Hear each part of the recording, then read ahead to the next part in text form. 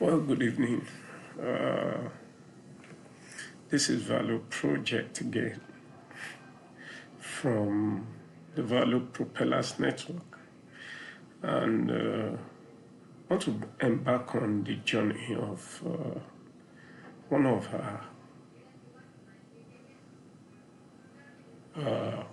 the materials we share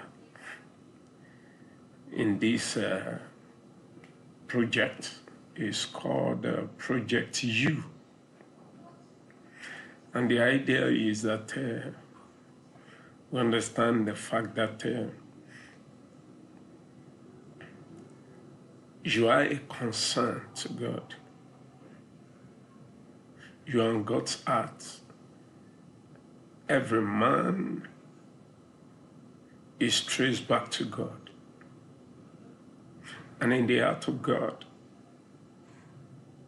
God is thinking about you. So we title it Project You. Because you are a value in the hand of God. You are a value in life. You are not just a population figure. You are a valuable resource. I want to motivate you through this particular project so that you can keep hope alive. You can stand strong this time of confusion and chaos in our environment, in our nation. This period of uncertainty and time when there is little or no assurance of any hope. So we have brought to you Project You. So I want to first of all talk about the first point. This Project You, we will be considering 12 points on why you are valuable by default. By default,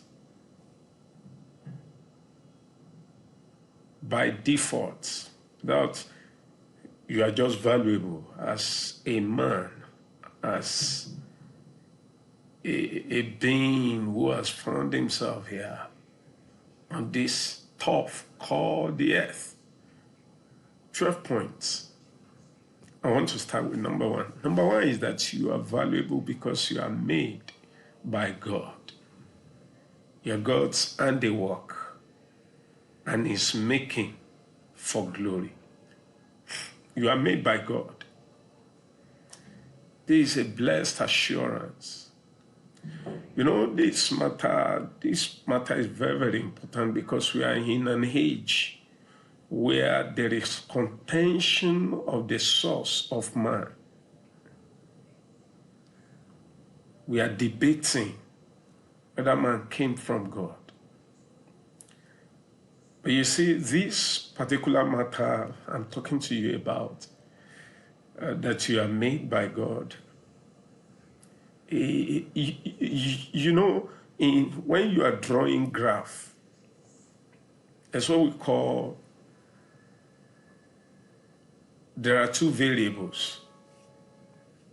That's what we call dependent variable and an independent variable.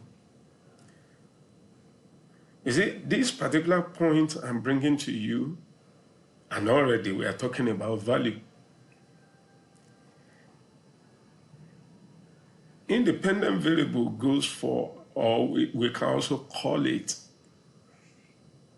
independent values.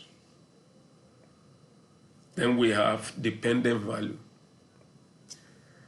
You see, this matter of you being made by God is an anchor, is an independent variable that's unchanged.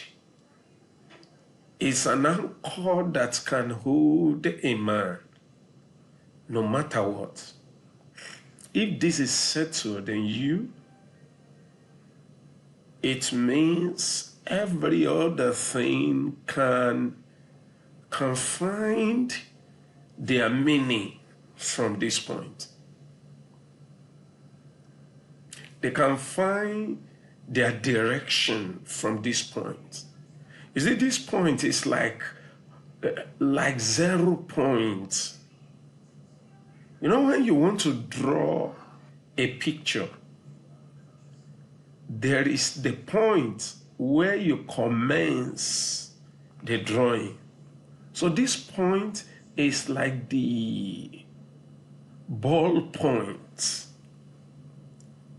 of discussion about any man's life. You are made by God. You are made by the supreme being who call all things to be. You are made by him who is invincible. You are made by him who cannot fail. And that's why you yourself, you cannot fail. You are made by him who cannot be overwhelmed. And so you can be sure that you can never be overwhelmed. You are made by him who has everything to supply you to happen in life. You are made by him who cannot be depleted. It cannot be depleted. It cannot be exhausted. It cannot be finished. And it takes what cannot be finished to deal with anything in this life. You are made by God. You are God's handiwork. You are made in his likeness. You are made in his image. He made you. I love the statement of David. And I always make allusion to that statement in Psalms 100. I always tell people that if you are looking for somebody who can cancel any man about his making, and there's always a way we look for professionals to guide us and talk to us about anything, point of authorities, people who we assume they are respectable and honorable in our society. And so we want them to talk to us and challenge us and motivate us. In the same way, God made David to be able to talk to us. And in his word of praise to God, he was saying this statement. He said, make a joyful noise unto the Lord, all ye lands. Serve the Lord with gladness. Come before his presence with singing. Know ye that the Lord, he is God. He it is that has made us, and not we ourselves. So David, as a king, a man who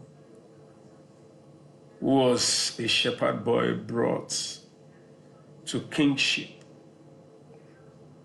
he considered himself and looked at the whole creation, and he thought to himself and talked, saying, we should know this. If you are not sure of anything,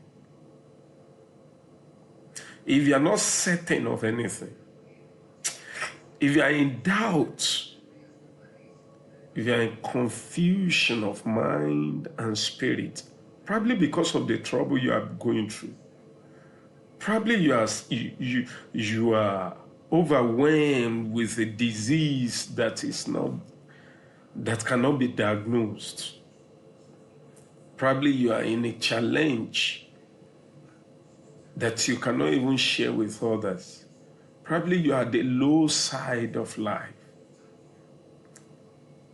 David, a man who knew the working of God and the salvation of God and the help of God, is asking you that you should know this one fact. Know that the Lord is God. It is Him that has made us.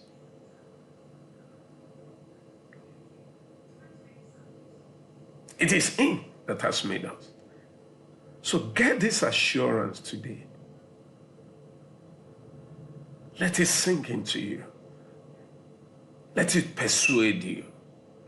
This statement is loaded in that it should persuade you from being stubborn. It should persuade you from being doubtful. It should persuade you from being fearful. It should persuade you from being uncertain.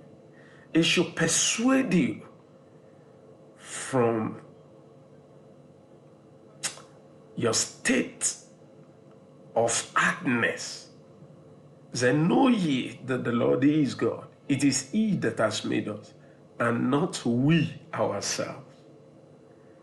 Not we ourselves. The reason why He put that statement, not we ourselves, is to talk to us so that we don't assume a state of pride. And for us, as you are considering yourself as a being of value, you should know that you have not made yourself valuable. If you have any value, if you have any esteem, if you have any self-worth, you did not made yourself. It continues. He said, we are His people and the sheep of His pasture. We don't want to dig into each of those statements, but we are just considering you are valuable because you are made by God. You're God's handiwork. God bless you.